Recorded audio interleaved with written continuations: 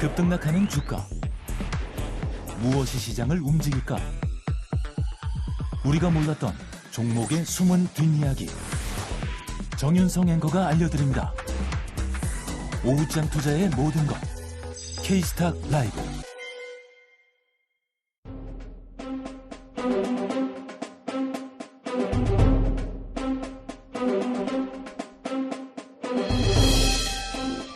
네, 오후장 인기 급상승하고 있는 인급종 진단 들어가 보겠습니다. MHB 파트너스 김성훈 이사, 기업공시연구소 변혁인 대표 나오셨어요. 안녕하세요. 네, 고맙습니다. 네, 두 분과 함께 바로 첫 번째 인급종 만나보겠습니다. 자, 오늘 오전부터 주목을 했던 이슈죠. SK이노베이션 첫 번째 인급종입니다. SK E&S와의 합병안 오늘 통과가 되면서 자산 100조 에너지 기업이 탄생했다라는 기대를 키우고 있습니다. 그렇다면 이러한 기대감, 합병 효과가 어느 정도이고 얼마나 주가에도 녹아들지가 중요하겠죠. 변혁인 대표님 좀 의미 있게 보셨을까요? 네, 우선 지금 1분기 실적에 비해서 2분기는 사실상 좀 어닝 쇼크를 좀 기록을 했는데 일단 1분기에 정제 마진이 개선됐던 석유화학 부분이 2분기에는 이 마진폭이 축소되면서 오히려 손실폭이 좀 더 확대됐던 부분들. 여기 더해서는 SK온 배터리 사업 부분이 적자폭들이 2분기까지 해서 계속해서 실적 부담으로 좀 작용했던 그런 측면도 좀 아쉽지만 오히려 이러한 어떤 이 사업 구조를 좀 재편하는 과정에서 SK E&S와의 어떤 합병 시너지는 좀 매우 긍정적이지 않나라 좀 보고 있습니다. 산입될 수 있는 합병 기일은 한 11월 1일로 좀 예상되고 있기 때문에 작년 기준에 이 SK E&S의 매출액이 5조 8천억 원, 영업이익이 6,498억 원을 좀 감안을 봤을 때 작년 기준에 SK 이노베이션의 전체 영업이익이 5,788억 원을 좀 초과하는 그런 부분들. 합병으로 인해서 1조 원대에 관련된 영업이익이 예상될 수 있고 전체 자산 규모는 한 105조 원으로 좀 추산되고 있기 때문에 초거대 에너지 기업이 탄생한다라는 어떤 이런 부분들이 단순하게 어떤 수치상의 어떤 의미를 좀 넘어서 사업적인 어떤 시너지를 좀 확대할 수 있는 요인으로 작용하지 않을까라고 좀 보고 있습니다.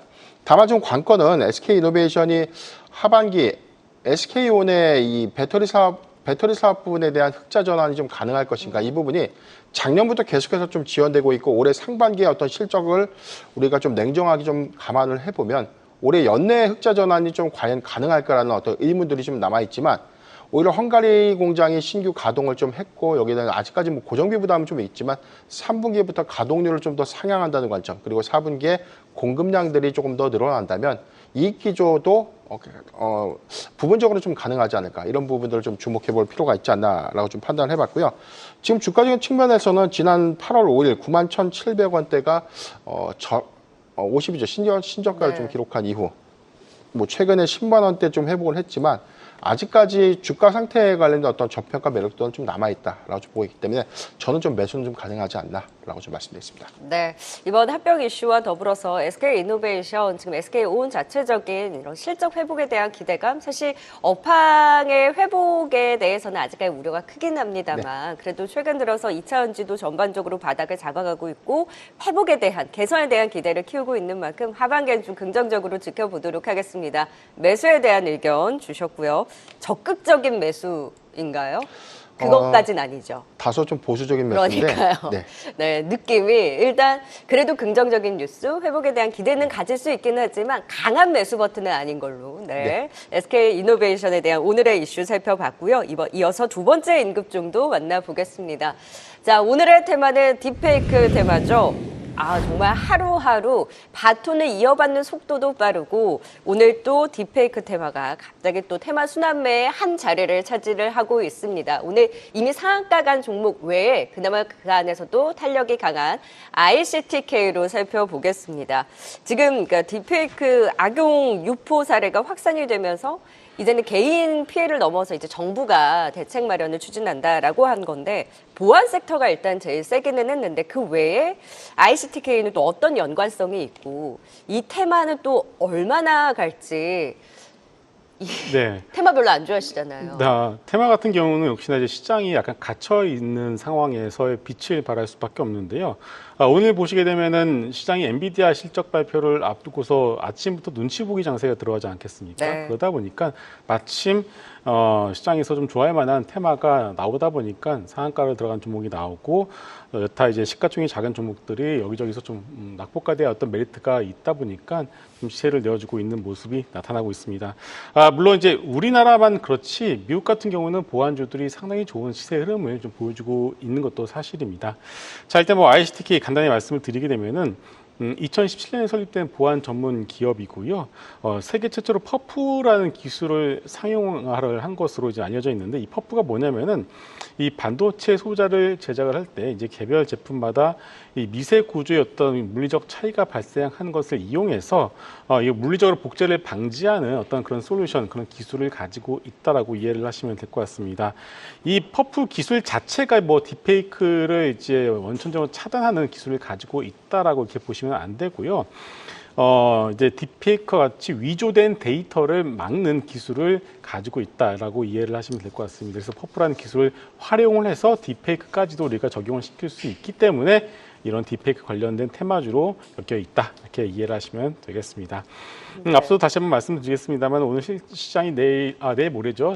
내일 모레 아침에 있을 엔비디아 실적 발표를 앞두고서 뭐 삼성전자, 하이닉스, 현대차그룹 모두 다 눈치 보기 장세가 들어다 보니까 테마 쪽으로 좀 수급이 몰려가고 있는 상황인데 자 만약에 내일이든 내일 모레든 방향성이 한번 정해지게 되면은 다시 한번 이런 테마주들의 경우는 다시금 제자리로 내려올 가능성이 높기 때문에 그런 것들을 좀 염두에 두시면서 단기적으로 매매를 해보시면 좋을 것 같습니다. 네, 그러니까 굵직한 종목들이 눈치 보기로 쉼을 줄 때의 테마에 대한 움직임의 그 현상으로 보고 또 이들 종목군들이 올라설 때는 테마도 변동성을 키울 수 있는 만큼 또 이러한 변동성 유의해서 대응해보자라는 의견 주셨습니다. 딥페이크 테마도 진단 들어봤고요. 이어서 세 번째 인급종으로 오늘 또 오후장 강하게 탄력을 받고 있는 종목 살펴볼까요?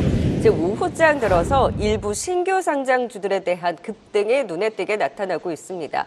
넥스트 바이오메디컬이 지금 27% 급등이고요. 또 최근에 상장했던 아이빔 테크놀로지도 조금 전에 VR가 발동되면서 급등을 보이고 있습니다. 이것도 하나의 테마에 대한 움직임으로 봐야 되는 걸까요, 변형희 대표님? 근데 여기는 긍정적인 리포트가 또 나오기도 했어요. 네. 우선 전체적인 어떤 시가총액의 상태라든지 유통주식수 그리고 여기 대해서는 보유해수 물량들 종합적인 내용들을 다 좀 판단을 해봐야 될 것 같은데요. 일단 넥스트 바이오 메디컬이 공모가 29,000원 대비 오히려 시초 상장했을 때 21,400원대까지 좀 하락을 했던 공모가를 좀 하회했던 구간에서 최근에 반등을 좀 이끌어냈지만 사실 오늘의 반등이 사실 여기서 이 수급의 연속성이라든가 지속성을 좀 의미하는 것인가라는 것은 조금 더 확인은 좀 필요하지 않을까라고 좀 보고 있습니다. 일단 시장이 기대하고 있는 부분은 넥스 파우더라고 좀 불리고 있는 내시경 지혈제인데 이게 세계 최초로 좀 출시가 됐고 현재 미국 FDA 시판 허가를 앞둔 그래서 9월 달에 임상 데이터를 좀 제출한다라고 좀 밝혀지면서 기대감이 좀 모아지고 있는 흐름들을 좀 보여주고 있는데 지금 투자 설명서의 내용대로 좀 판단을 해보면 전체적으로는 한 44.4%, 전반적인 매물은 356만 주가 시장에 단기로 좀 유통될 수 있고요. 25%는 1개월 이후에 추가적인 어떤 물량 부담으로 좀 작용될 수 있는 부분들. 다만 우리가 좀 기억해야 되는 포인트는 29,000원이라는 이 공모가를 지켜내면서 반등을 해주느냐 아니면 하회하느냐 이런 흐름들 안에서 사실 뭐 단기적인 어떤 차익 매물이라든가 공모가 안에서에 대한 일부 이탈 물량들을 좀 감안했을 때 저는 단기간에는 좀 부담이 되지 않을까라고 좀 전망이 되고 있고요. 다만 해당되는 어떤 모멘텀 그래서 뭐 9월 달에 임상 데이터를 제출하고 이후에도 시판 허가라는 긍정적인 어떤 지표들은 계속해서 주목해 볼 필요가 있지 않나라고 좀 보고 있지만 현재는 추격 매수보다는 저는 보유자 영역이다라고 좀 판단되고요. 만약에 진입한다면 해당되는 보유에서 물량들이 소화하는 과정에서 조정 구간에는 좀 진입이 가능하지 않을까라고 좀 판단해 봤습니다. 그럼 지금 아이빔 테크놀로지 이렇듯 지금 신규 상장주들이 좀 움직이는 이러한 흐름에 대해서는 좀 어떻게 보셨어요? 전체적인 지금 주도 섹터들의 수급 정체가 좀 있다 보니까 아무래도 개별주의 수급이 단기간에 좀 유입되는 흐름들인데 사실 엔비디아 실적 발표가 변곡이 좀 될 수는 있겠지만 저는 사실 9월에 금리 인하가 좀 본격화된다는 관점에선 대형주 수급이 다시 한번 좀 돌아올 수 있는 가능성 이 부분에 조금 더 주목하는 것이 맞지 않나라고 좀 보기 때문에 저는 개별 섹터에 대한 매수보다는 오히려 조정폭이 큰 대형주에서 또는 실적이 증명하는 종목들의 경우에는 계속해서 저는 매수는 가능하지 않나 좀 말씀드리겠습니다. 네, 아이빔 테크놀로지뿐만 아니라 사실 오늘 넥스트 바이오메디컬과 같은 일부 신규 상장주들에 대한 급등이 나오고 있는 가운데 이렇게 급등이 나온다고 해서 추격 매수 하기보다는 보유예수 물량 등 이런 부분들을 감안을 해서 보유자의 관점에서만 조금 더 그 의견을 보수적으로 주셨습니다. 자, 이제 마지막 임급종 살펴볼까요? 오늘 사실 상승 종목 대비 하락 종목 수가 훨씬 더 많고 또 그 안에서도 최근에 좀 기대감을 다시금 키우나 싶었던 AI 의료 안에서 루닛의 오늘의 하락 좀 진단 들어보도록 하겠습니다. 현재 시각 8%의 약세인데요. 이대주주의 그 일부 지분 블록딜 처분 소식에 하락세를 보이고 있기는 합니다만 최근에 루닛, 뷰노를 비롯한 AI 의료주들 그래도 다시금 좀 반등에 나설 수 있다라는 긍정적인 의견도 전해지기도 했거든요. 추가 처분 가능성은 없는지 루닛 네. 어떻게 보세요? 일단 오늘 뉴스가 추가로 나왔는데요. 회사 측에서는 뭐 추가적으로 매도를 하지 않겠다라는 식으로 얘기는 하지는 네. 않고 여전히 뭐 남아있는 지분을 바탕으로 해서 전략적인 어떤 파트너는 유지를 하겠다라고 좀 얘기를 하는 것 같습니다. 뭐 좀 달래주는 듯한 뉴스인데요. 그럼에도 불구하고 일단은 주식을 팔았다는 것 자체는 변함없는 사실이기 때문에 네. 우리가 이 부분은 좀 무게를 실어서 좀 유념을 할 필요는 있을 것 같습니다. 루닛 같은 경우는 항상 강조를 드리고 있습니다. 시세가 한번 10배가 난 종목이죠. 그렇다면은 기대감에 의한 부분들은 분명히 충분히 시세를 통해서 반영이 되었고 지금부터 루닛을 비롯한 의료 AI 기업들의 경우에는 숫자를 통해서 증명을 해줘야 됩니다. 실제로 자 너네가 진짜 과거에 10배 정도 오를 정도의 만큼의 어떤 그런 숫자를 앞으로 보여줄 수 있냐라는 것이 이제는 가장 중요한 관건일 텐데요. 지금까지는 그러지 못하기 때문에 14만 원을 찍은 주가가 무려 3만 원대까지 떨어지는 그런 모습을 보여줬습니다. 만약 숫자가 나왔다면 이렇게 떨어질 리가 없겠죠. 그래서 일단 지금 낙폭과대였던 메리트 거기에 더해서 최근에 바이오도 마찬가지겠습니다만 금리 인하에 대한 어떤 그런 기대감까지 겹쳐지면서 주가 좀 바닥에서 좀 올라오는 모습을 보여주고 있습니다만은 역시나 실제로 돈을 벌 수 있냐 없냐라는 그런 질문에 자신 있게 대답을 하지 못한다라면은 네. 주가의 반등 강도는 좀 제한적일 수밖에 없지 않나 이렇게 싶습니다.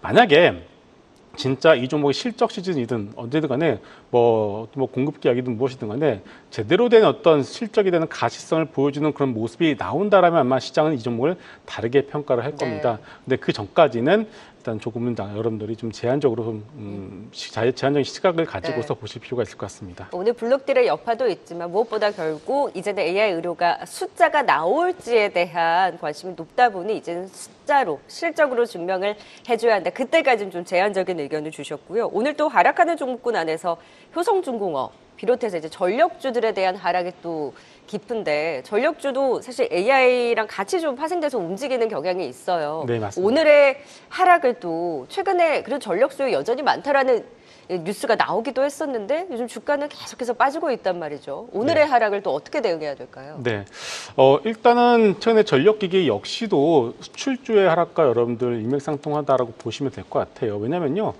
전력주도 여러분 보실 때 항상 우리가 10일치 수출 데이터를 보면서 잘 나왔네 하면은 또 시장이 환호해서 매수에 강하게 들어가는 모습이 나왔고 수출 데이터가 좀 슬로우해지자마자 또 실망해서 파는 그런 모습이 작년부터 이어지지 않았겠습니까? 그런데 화장품도 그렇고 음식료도 그렇고요. 그리고 전력기기 역시나 이제 9월달 수출 데이터를 이제 볼 수밖에 없는데 추석이 껴있지 않겠습니까? 네. 그러다 보니까 역시나 이건 8월에 이어서 9월 역시도 수출 데이터만 놓고 본다라면은 숫자는 슬로우해질 가능성이 있지 않겠냐. 여기에 대해서 엔비디아 실적이 나올 텐데 엔비디아 실적이 잘 나올 수도 있겠습니다만은 만약에 못 나오게 된다라면 역시나 엔비디아의 어떤 흐름과 같이 움직이는 네. 전력기기 역시도 이거 좀 큰일 나는 거 아니야라는 어떤 그런 불안감이 일단 먼저 소위 말해서 어제 같은 경우는 삼성전자, 하이닉스를 먼저 매도하지 않았겠습니까? 네네. 오늘은 그 뒤를 이어서 전력기기들을 먼저 소위 말해서 겁나서 먼저 매도라는 그런 모습이 나오고 있는 것 같습니다. 하지만 그럼에도 불구하고 숫자만 놓고 본다라면은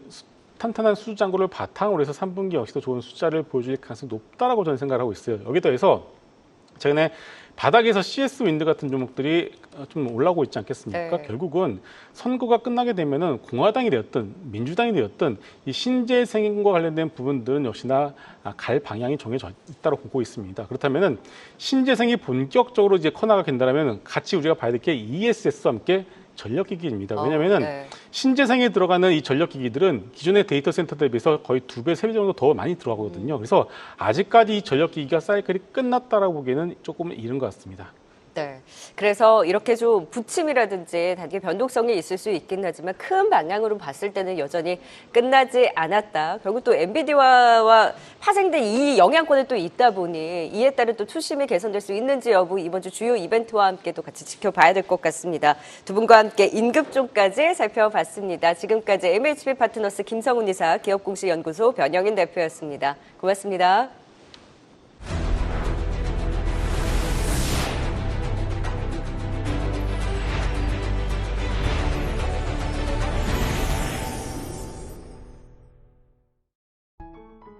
계속해서 다양한 경제 이슈를 알고 싶다면 구독과 좋아요, 알림 설정 부탁드립니다.